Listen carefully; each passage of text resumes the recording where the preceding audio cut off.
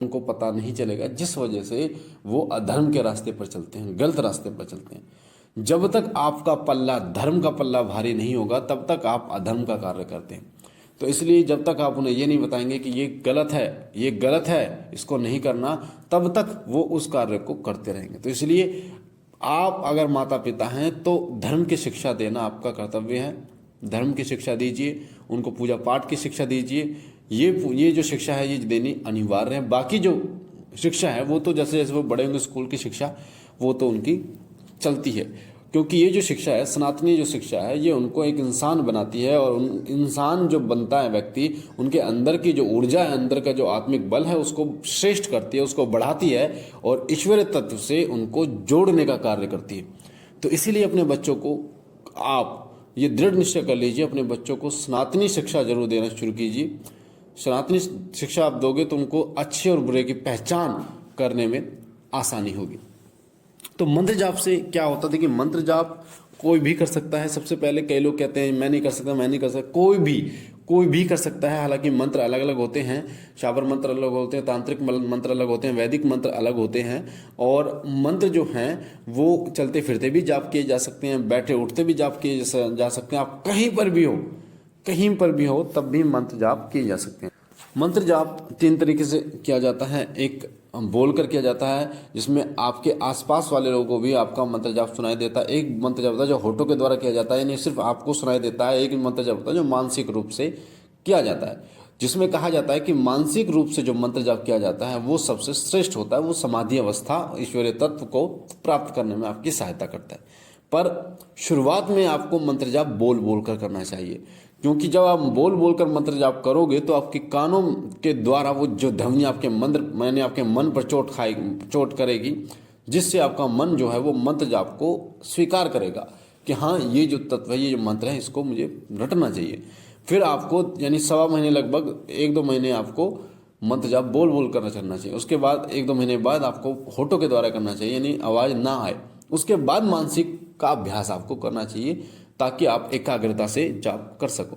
तो कुछ मंत्र ऐसे होते हैं जिनको चलते फिरते भी जाप आप कर सकते हो, पर सभी मंत्र ऐसे नहीं होते जिनको आप चलते फिरते जाप कर सकें। जैसे नवाण मंत्र को आपको चलते फिरते जाप नहीं करना होता। महामृत्युंजय मंत्र, उसको आपको चलते फिरते जाप बिल्कुल भी नहीं करना होता। ये मंत्र, इनका अनुष्ठान किया जाता है। इनका 11 दिन का, 21 दिन का अनुष्ठान किया जाता है, 3 दिन का अनुष्ठान किया जाता है।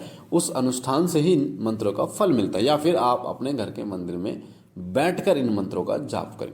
बाकी जो कुछ मंत्र होते हैं, पंचाक्षरी या षडाक्षरी मंत्र या सप्ताक्षरी मंत्र होते हैं, उनका आप जाप कर सकते हैं। जैसे नमः शिवाय मंत्र, पंचाक्षरी ओम नमः शिवाय मंत्र, षडाक्षरी मंत्र, तो या ओम दुम दुर्गाय नमः, इस मंत्र का चलते फिरते आप जाप कर सकते हैं।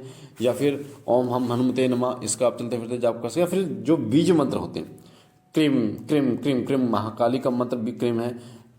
फ्रॉम फ्रॉम फ्रॉम फ्रॉम, इस मंत्र का भी, रॉम रॉम रॉम, इस मंत्र का भी आप चलते फिर, या खम खम खम खम, इस मंत्र का भी, यानी जो बीज मंत्र होते हैं उनका भी आप चलते फिरते जाप कर सकते हैं, कहीं पर भी आपको।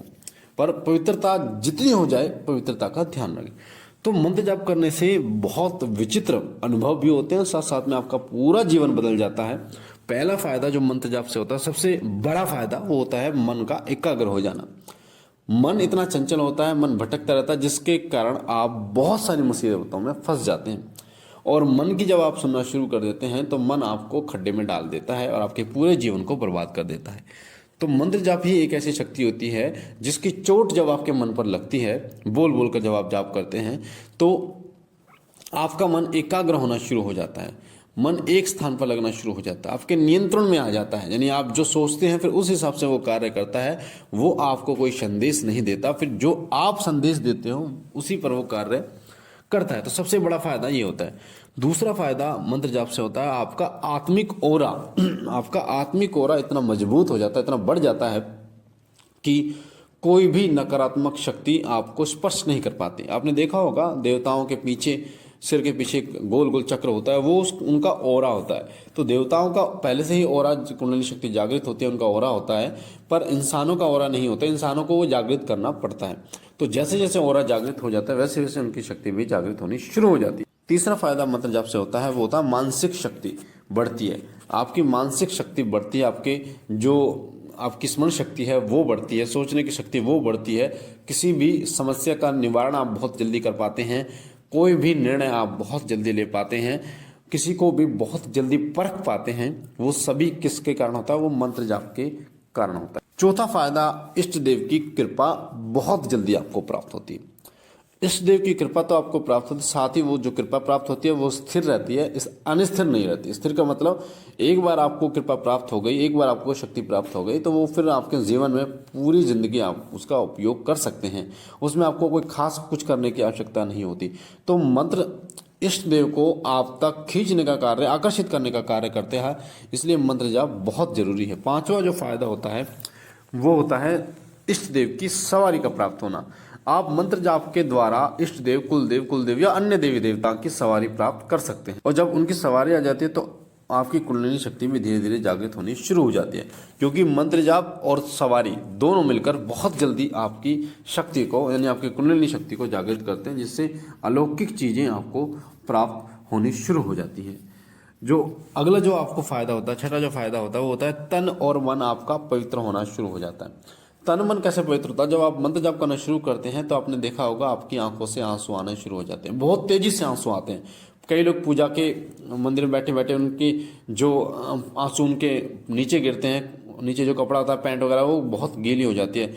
वो क्यों होता है? क्योंकि जो मंत्र जाप होता है, मंत्र जाप आपके अंदर की गंदगी जो है, उसको, मलिनता जो है उसको निकालता है।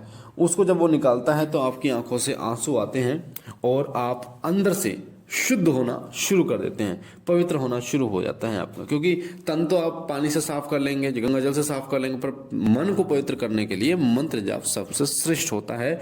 और जब आपका मन पवित्र हो जाता है तो वहां देवता का वास होता है।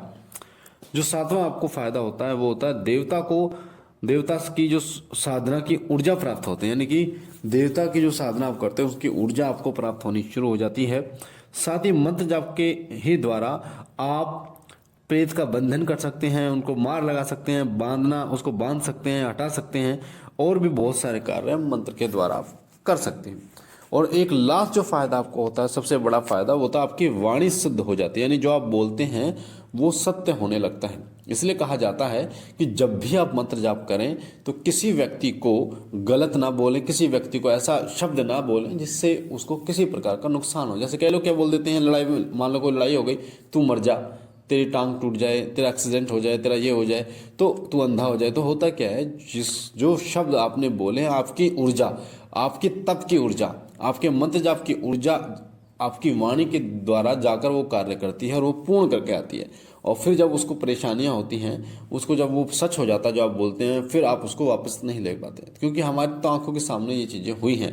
तो इसलिए मैं बोलता हूँ कि जब भी आप मंत्र जाप करें तो आपको अपनी वाणी से किसी को गलत नहीं बोलना। वैसे तो गलत कभी आपको बोलना ही नहीं चाहिए, और एक पूजा पाठी जो व्यक्ति होता है उसको कभी किसी व्यक्ति को गलत नहीं बोलना चाहिए, कभी ऐसे शब्दों का उच्चारण नहीं करना चाहिए, क्योंकि उसकी शरीर में उसकी वाणी सिद्ध पहले से ही होती है, उसकी ऊर्जा पहले से ही उसके अंदर होती है। तो इतने सारे फायदे मंत्र जाप के द्वारा होते हैं। तो आप मंत्र जाप जरूर करें, चाहे किसी भी मंत्र को लेकर जाप करें।